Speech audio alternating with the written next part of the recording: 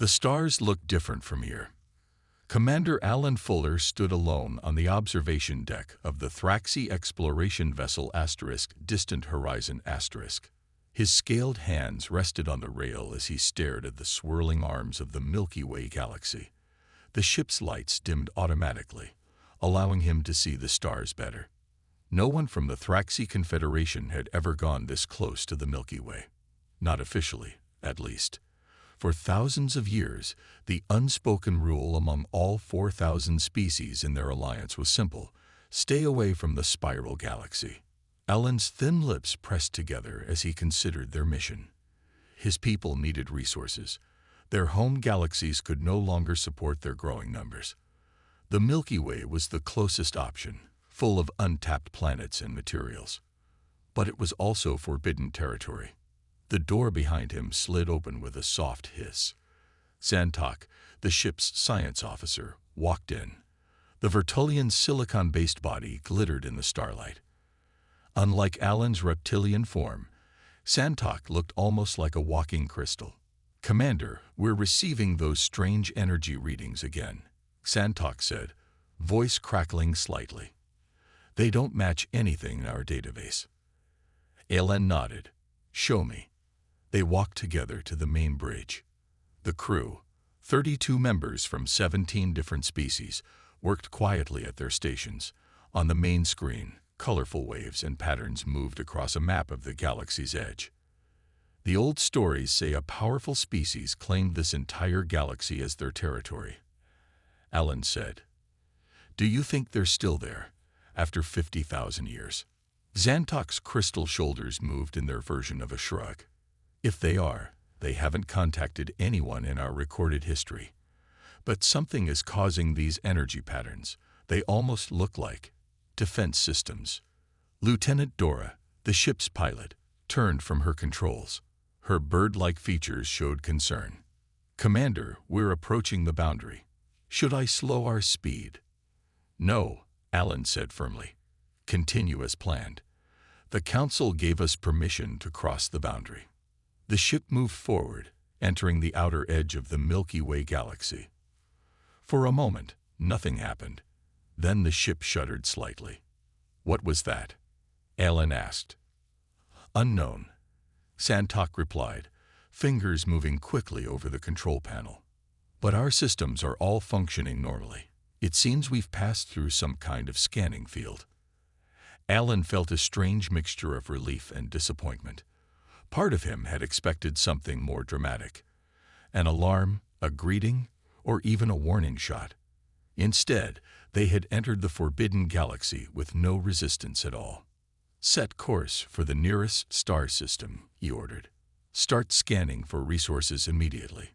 Over the next 3 weeks, the Distant Horizon visited 7 different star systems.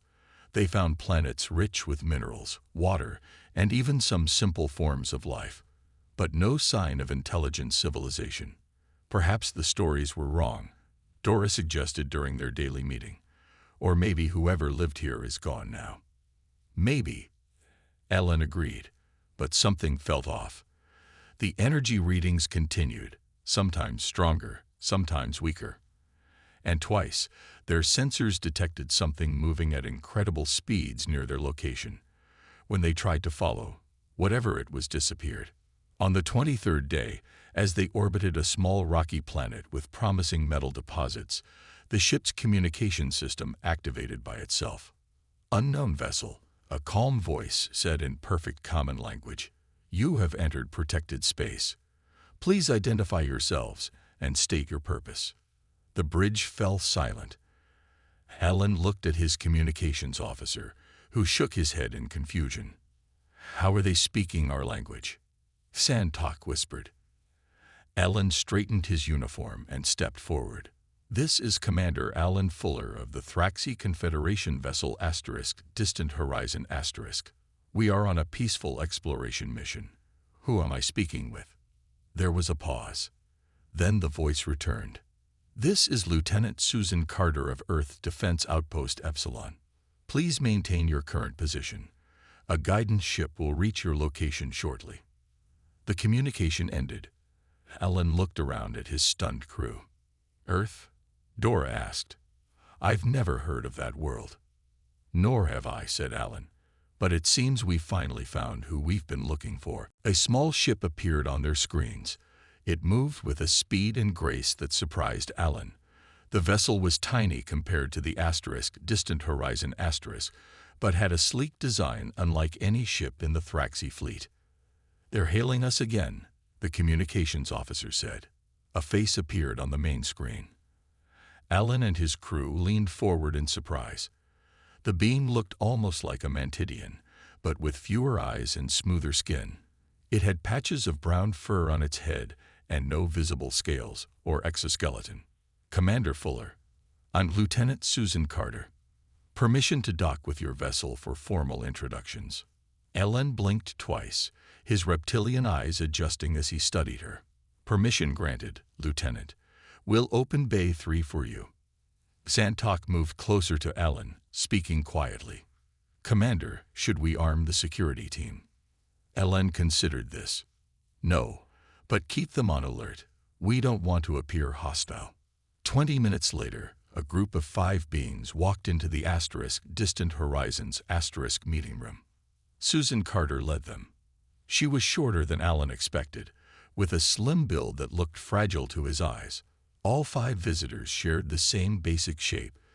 2 arms, 2 legs, 1 head, but with different colors of skin and fur. Thank you for your cooperation, Commander, Susan said. Her voice held no fear, only calm professionalism. This is my team from Outpost Epsilon. She introduced each one by name and job. Alan noticed they all had 2 names, first and last. His translator had no trouble with their language, which was strange. New species usually required time for translation systems to adapt. I must admit, we're surprised, Alan said after introducing his own officers. We were told this galaxy might have dangerous guardians, but you don't seem dangerous. Susan smiled slightly. We try to be friendly when we can be.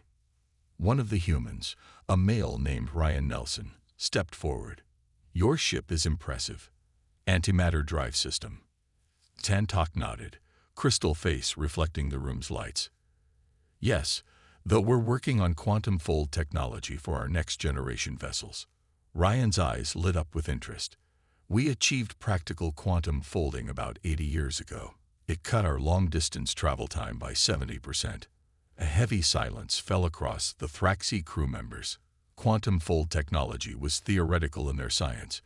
Even the most advanced Thraxi engineers believed it was decades away from practical use. Alan cleared his throat. Lieutenant Carter, you said this is protected space. Protected from what? Or from whom? Susan exchanged glances with her team. Perhaps we should show you. Would you and your science officer be willing to visit our outpost? It's not far. About 20 minutes at standard speed. Alan agreed. Soon, he and Santok were aboard the human vessel, heading toward a small space station orbiting a large gas giant. The inside of the human ship fascinated Alan. It was designed for comfort as much as function, with soft seats and pleasant lighting. You said you were from the Thraxi Confederation, Susan said as they traveled. Where exactly is that? 3 galaxies away, Alan replied. We're an alliance of 4,000 species across multiple star systems. Susan raised her eyebrows. Impressive. And this is your first expedition into our galaxy. The first official one, Alan said. There were rumors of unofficial explorations in the past, but none returned. Susan nodded slowly. That doesn't surprise me. The outpost came into view, a simple ring-shaped station with several smaller structures attached to it. As they docked, Alan saw other ships of various designs. Welcome to Outpost Epsilon, Susan said as they walked through the airlock. It's one of our border monitoring stations. Inside, Alan and Santok saw more humans working alongside beings that were clearly not human. Some looked like living shadows, others like floating clouds of light. You're not alone in this galaxy, Santok asked. Far from it, Susan replied. The Milky Way has dozens of intelligent species, Humans are just the most widespread. She paused before adding, and the most adaptable. A tall human male with gray fur on his face approached them. His uniform had different markings than Susan's. Commander Fuller, Science Officer Xantok, welcome to human space, he said. I'm Station Commander Greg Johnson. I believe we have much to discuss about why your people should be very careful in our galaxy. Commander Greg Johnson led Alan and Santok to a large room with windows facing the gas giant. The planet's swirling clouds of orange and red made a beautiful backdrop for their meeting. Please, sit down, Greg said, pointing to chairs around a round table. Susan joined them, along with 2 other humans. You're lucky it was us who found you, Greg began, his voice serious. There are things in the deep parts of our galaxy, things we keep contained, things that hunt. Alan's scales rippled slightly, a sign of concern in his species. What kind of things? Greg touched a control on the table. A 3-dimensional map of the Milky Way appeared in the air above them. Certain areas glowed red. These red zones are restricted, he explained. Even we don't go there unless absolutely necessary. Why? Chantok asked, the crystal patterns on his face shifting with curiosity. Susan leaned forward. The Milky Way has unusually high radiation levels compared to most galaxies. This created some unique evolutionary paths. Predators, Greg added. Species that developed abilities that defy conventional physics. Some can phase through solid matter. Others feed on energy itself. A few can even manipulate time in small areas. Alan looked at Santok. His science officer's expression showed disbelief. With respect, Alan said carefully, these claims are hard to believe without evidence. Greg nodded. I understand. I wouldn't believe it either. He turned to Susan. Lieutenant Carter, please show them the recording from the Ta City incident. Susan activated a screen on the wall. It showed a human ship similar to the one that brought them to the station. The ship was exploring an empty area of space when suddenly the stars around it seemed to bend. A dark shape, difficult to define, appeared near the ship. It wasn't solid, more like a tear in space itself. The recording showed the ship firing weapons at the shape, but they passed through it. Then part of the ship simply vanished, as if something had taken a bite out of it. That was 3 months ago, Susan said quietly. We lost 14 people. Xantok's crystalline body had paled, a sign of shock in his species. What was that thing? We call them void wraiths, Greg replied. They're just one of the dangers we contain here.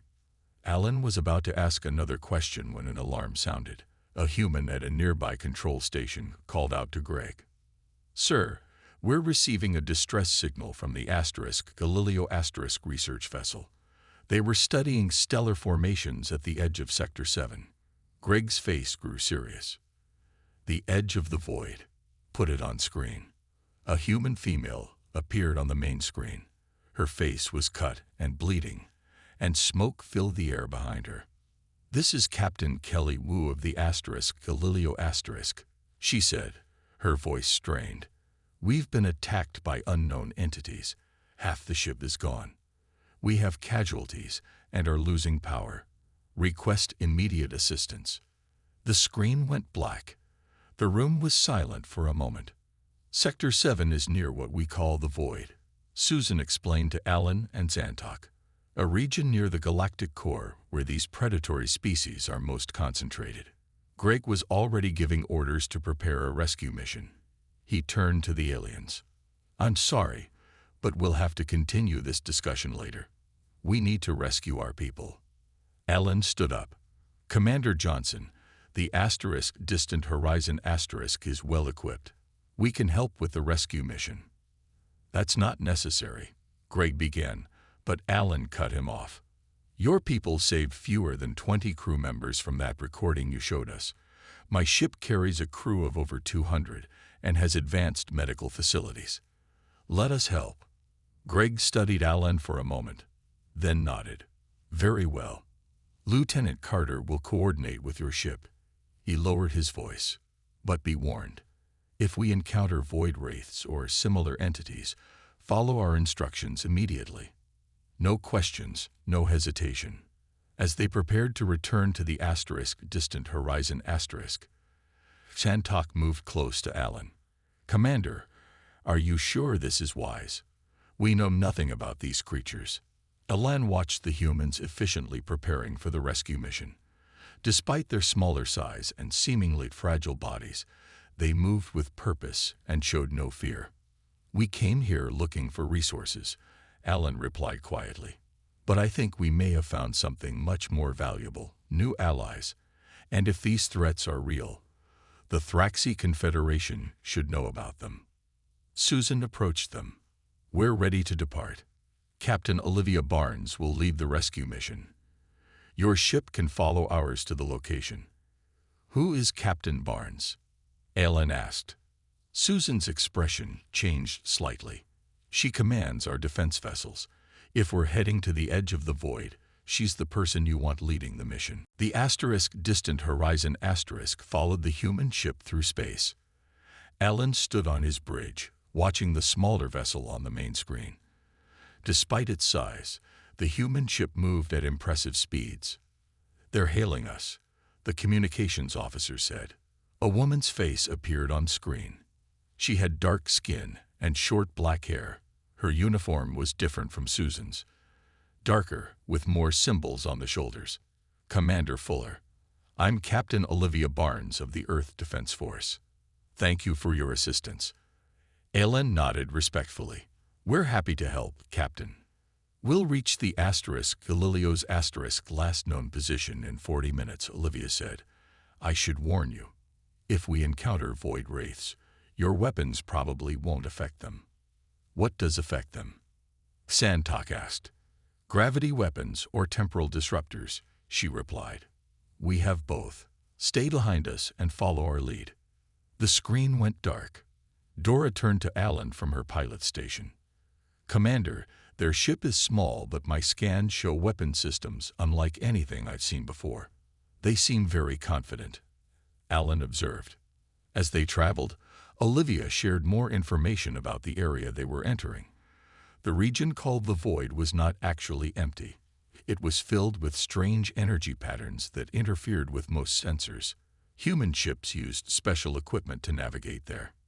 We had to grow stronger, faster than any species naturally would, Olivia explained during one communication.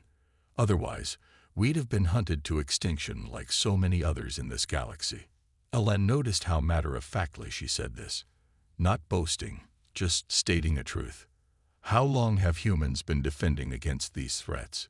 He asked. As long as we've been exploring space, she replied. About 400 years. Alan was surprised.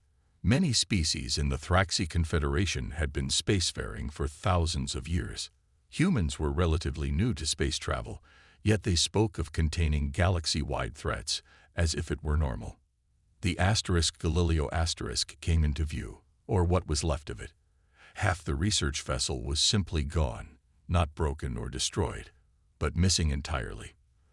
The remaining section drifted in space, emergency lights blinking weakly. Life signs detected, Shantok reported, but not many. Olivia's ship approached the damaged vessel first. We'll dock and secure the area. Stand by. Helen watched as 6 humans in special suits exited Olivia's ship and entered the Galileo 20 tense minutes passed. Commander Fuller, Olivia's voice came through.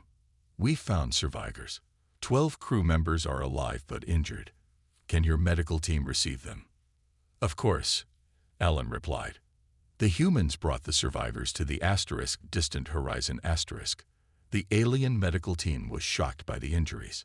Some had burns that seemed to flicker and change, defying treatment. Others had parts of their bodies that seemed to phase in and out of existence. A human doctor named Sam Wilson accompanied the injured. He worked alongside the alien medical team, showing them how to treat the strange wounds. The void wraiths feed on energy and matter simultaneously, he explained as he worked. Their touch causes a disruption in the victim's molecular structure. Suddenly, the ship's alarms blared. Xantok's voice came over the communication system. "Commander, return to the bridge immediately."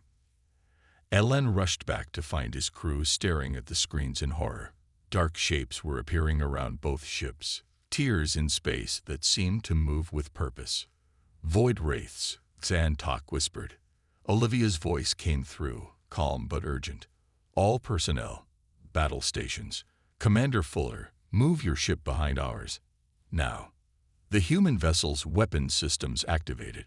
Strange devices extended from its hull, emitting pulses of energy that bent the space around them. "What are they doing?" Dor asked. "Creating gravitational singularities." Xantok replied, watching his readings with fascination. "They're using controlled black holes as weapons." The dark shapes seemed to recoil from these attacks, but there were many of them, and they were circling closer. One of the tiers in space moved toward the distant horizon faster than the others. It passed through the outer shields as if they weren't there. "Brace for impact," Elen shouted. But before the wraith could touch the hull, a blinding flash of light erupted between them. A lone human figure in a specialized suit had somehow appeared outside the ship. The figure held a device that created a sphere of intense light. "That's impossible," Xantok said. "No one could survive in space without." The human turned toward the viewing port. Through the faceplate, Alan could see it was Olivia Barnes herself. She spoke through the communication system. "Stand firm, Commander. This is just getting started." The battle against the Void Wraiths continued for what felt like hours. Alan watched in amazement as Olivia and her team fought the shadow creatures with skill and courage. They moved with incredible speed and precision, as if they had done this many times before. Olivia returned to her ship after creating a barrier of light that kept the wraiths at bay. Her voice came through the communication system again. "Commander Fuller, we need to move both ships away from this area. The wraiths are drawn to the energy signatures. Follow our lead exactly." The human ship began to move in a strange pattern, not in a straight line, but in curves and sudden turns. The distant horizon followed as best it could, its larger size making the maneuvers more difficult. "They're still following us," Xantok reported, watching the shadow creatures on the sensors. Suddenly, one of the void wraiths moved faster than the others. It passed through the distant horizon's outer hull, as if it wasn't there. "Breach on Deck 5, shouted the security chief. "Unknown entity has entered the ship." Alan activated the ship-wide communication.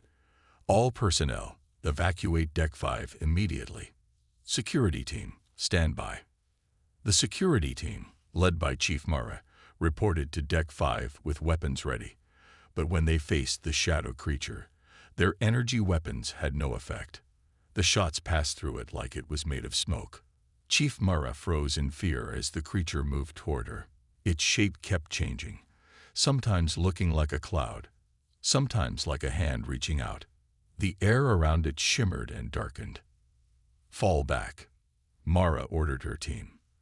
But the creature moved too quickly. It reached for her, its form stretching across the corridor. Just then, a human figure rushed past the security team. It was Engineer Peter Martinez, a human who had come aboard to help with the injured.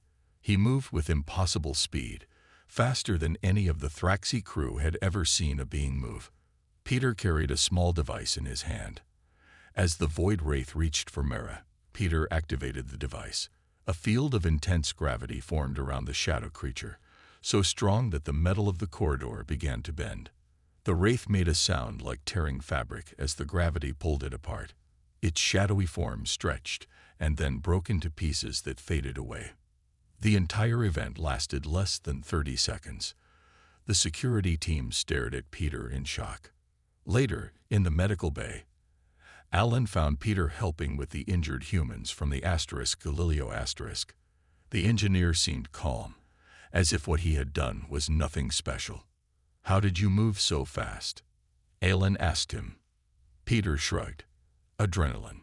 Standard human response to danger." Alan knew this couldn't be true. He had seen Peter move at speeds that should have torn his muscles and broken his bones. No standard biological response could explain it. Zantok joined them, bringing data from the ship's sensors. "Commander, you need to see this." The data showed scans of Peter's body during the encounter with the Void Wraith. His neural activity, muscle density, and even bone structure had temporarily changed during those moments of extreme action. "This is impossible," Zantok whispered. "No organic being should be able to alter their physical structure like this." Alan looked at the human crew members working around them. They all appeared normal, fragile even, compared to many species in the Thraxi Confederation. But now he wondered what secrets their bodies held. On the bridge, communications with Olivia's ship resumed. Her face appeared on screen, looking tired but alert. "The immediate threat has been contained," she reported. "But we need to move further away from the void. There will be more wraiths coming." "Captain Barnes," Alan said carefully, "one of your people, Engineer Martinez, just destroyed a void wraith on my ship using some kind of gravity device, and he moved in ways that should be physically impossible." Olivia was quiet for a moment. "The gravity device is standard equipment for dealing with wraiths." "And his speed," Alan pressed. "His strength." "We should discuss this in person," Olivia replied. "There are things about humans you need to understand, things we don't usually share with outsiders." Alan looked at Zantok, who nodded slightly. "Very well," Alan said. "Once we reach safer space." Once both ships reached a safer area of space, Olivia Barnes came aboard the Distant Horizon *. She asked to speak with Alan and Zantok alone.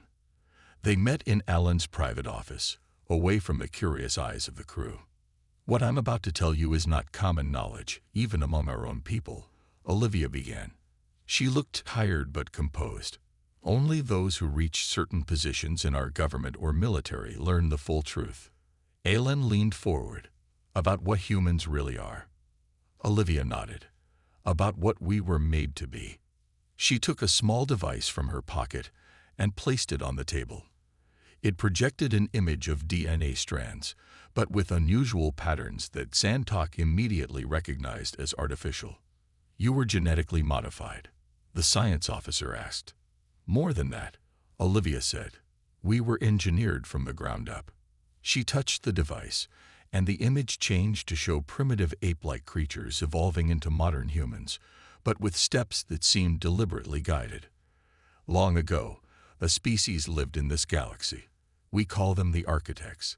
They were incredibly advanced, but they were dying out. They needed caretakers who could adapt quickly, who could evolve to face the threats in this galaxy. So they created humans." Alan asked. "They modified early hominids on Earth. Over thousands of generations, they guided our evolution. They gave us something special." Olivia pointed to certain sections of the DNA. "These sequences activate in response to specific threats or challenges." Zantok studied the patterns with fascination. "Your bodies can reconfigure." "Temporarily, yes. When faced with extreme danger, certain humans can access abilities that are normally dormant. Increased speed, strength, healing, even limited resistance to radiation or vacuum." She looked at Alan. "What you saw Peter Martinez do wasn't technology, it was biology." Alan remembered how Peter had moved faster than should be possible, how he had withstood forces that would have killed most beings. "The gravity device was technology," Olivia continued. "But his speed, his reaction time, his ability to function under those conditions, that was all human adaptation in action." "Why tell us this?" Alan asked. "If it's such a secret." Olivia was silent for a moment. "Because you've seen too much already, and because we may need your help." She activated a communication link to her ship. "Patch me through to Earth Defense Command." A man's face appeared on the screen. He had gray hair and a stern expression. His uniform had many symbols that suggested high rank. "Captain Barnes, report," he said. "Admiral Miller, the situation is contained for now. The Galileo survivors are stable, but I have Commander Fuller and Science Officer Xantok with me. She paused. They've witnessed level theta events, sir. I believe disclosure is warranted. Admiral Miller's expression remained neutral, but his eyes narrowed slightly. You're certain? Yes, sir. Engineer Martinez had to engage emergency protocols on their vessel. The Admiral was quiet for a long moment. Then he nodded. Very well. Level theta disclosure is authorized. Keep me informed. The screen went dark. Olivia turned back to the aliens. The architects knew they were dying out. They created us to be guardians of this galaxy, to contain the dangerous species and energies here. We're not super beings. We're tools designed for a purpose. You're selling yourselves short, Alan said. From what I've seen, humans are remarkable. We're still human, Olivia replied. Still mortal. Just upgraded. Santok's crystalline face reflected the light as he processed this information. These abilities, how many humans have them?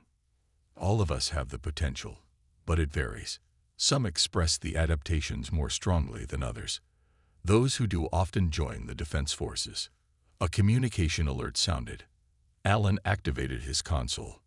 Commander, Dora's voice came through, sounding worried. Long-range sensors are detecting unusual activity at the boundary where we entered the galaxy. Something large is moving toward us. Olivia's expression changed instantly. Show me. Alan brought up the sensor data on his screen. 3 massive shapes were moving through space, following the path the distant horizon had taken to enter the Milky Way. What are those? Alan asked. Olivia's face had gone pale. Trouble. Big trouble. We need to contact Earth immediately. Olivia quickly returned to her ship while Alan gathered his senior officers. On the main screen, they watched the 3 massive shapes moving steadily toward the Milky Way. What are they? Dora asked, her bird-like features showing concern. We don't know yet, Alan replied, but Captain Barnes seemed very worried. A communication came in from the Thraxi High Council. The face of Council Leader Zex appeared on screen. Commander Fuller, we've detected unusual energy patterns at the galaxy boundary. Multiple unknown entities have begun moving toward the Milky Way. They appear to be following your path. Alan felt a chill run through his body. Do you have any information about these entities, Council Leader? Only legends. Ancient stories speak of beings that travel between galaxies, feeding on stars. They were called many names, but most commonly, the Devourers. Zex's face showed rare emotion. Be cautious, Commander. Your mission may have awakened something terrible. After the communication ended, Xantok moved closer to Alan. Commander, if these entities are truly capable of consuming stars, both the Milky Way and our home galaxies could be in danger. Alan nodded grimly. We need to share what we've learned with the humans. A few hours later, the distant horizon approached Earth. Alan had expected a heavily fortified planet, but instead saw a beautiful blue and green world with relatively modest defenses. Olivia's ship escorted them to a space station in orbit. There, Alan and Santok were brought to a large meeting room, where Admiral Miller was speaking with representatives from various human colonies. Some humans looked slightly different from others, taller, with different skin colors or subtle physical adaptations. Commander Fuller, Officer Xantok, Admiral Miller greeted them. Thank you for coming. We're discussing the approaching entities. A human woman with white hair stood up. I'm Dr. Nancy White, Earth's leading xenobiologist. We need to know everything your people know about these Devourers. Alan shared the information from the Thraxi Council, along with the old legends. As he spoke, he noticed how quickly the humans processed the information and began formulating responses. Their decision-making seemed unusually efficient, without the political delays common in Thraxi governance.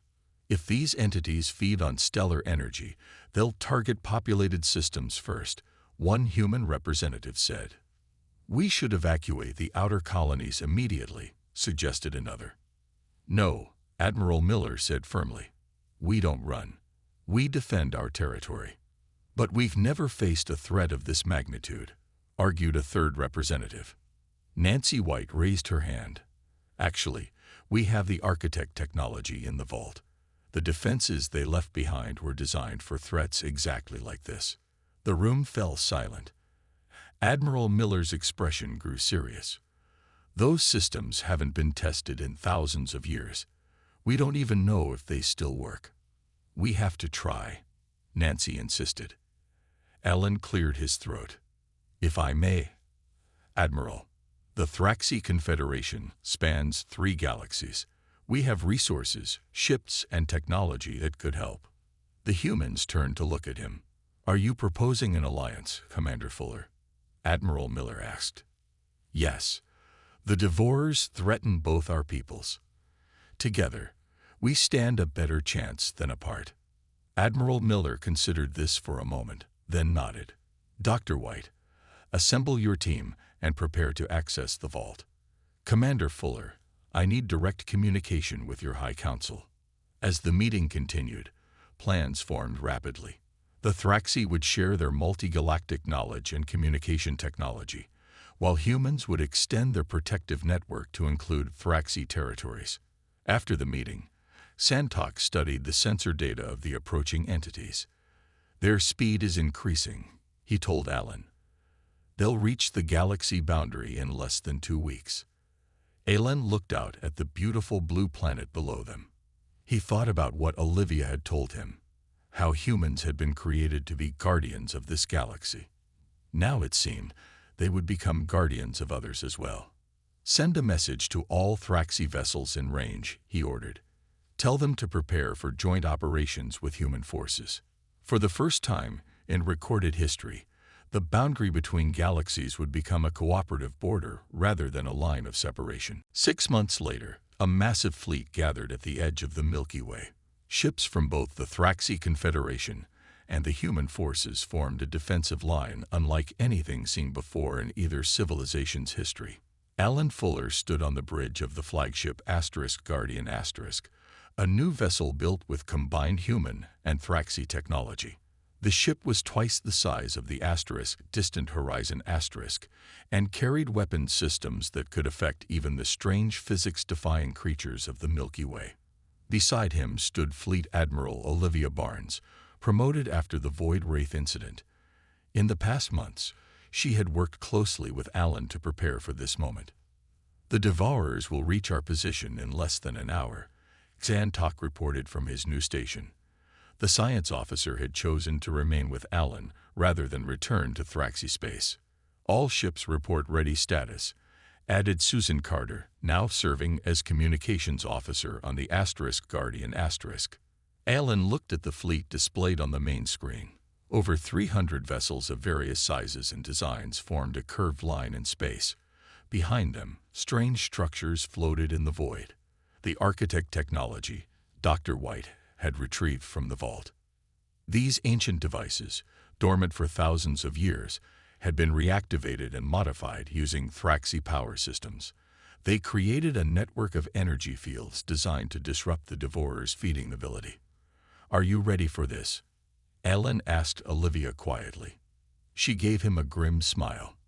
Humanity has been preparing for this moment for our entire existence. We just didn't know it. The first signs of the Devourers appeared as distortions in space, like heat waves on a hot day. Then the entities themselves came into view, massive creatures that seemed made of darkness and light at the same time. They moved with purpose, heading directly toward the nearest star systems. They're bigger than our sensors indicated, Santok said, voice tense. Each one is larger than a small moon. All ships, hold position, Olivia ordered. Activate Architect Defense Grid on my mark. The lead Devourer accelerated suddenly, moving faster than something so large should be able to move. It headed straight for the defensive line. Mark, Olivia shouted. The ancient devices hummed to life. Energy fields spread between them, creating a shimmering wall across the path of the Devourers. When the lead entity hit this barrier, It slowed dramatically. "It's working," Santok said. "The field is disrupting its energy absorption." But the Devourer pushed harder against the barrier, which began to flicker in places. "Field integrity at 68% and dropping," reported an officer. "The strain is too great. All ships, attack pattern Alpha," Olivia ordered calmly. "Target the weakened areas of the entity." The fleet moved in precise formation, ships from both civilizations working together as if they had trained for years. Weapons fire concentrated on the spots where the Devourer's form seemed thinnest. The creature recoiled, its form rippling. But then the second and third Devourers joined the first, pushing against the energy barrier together.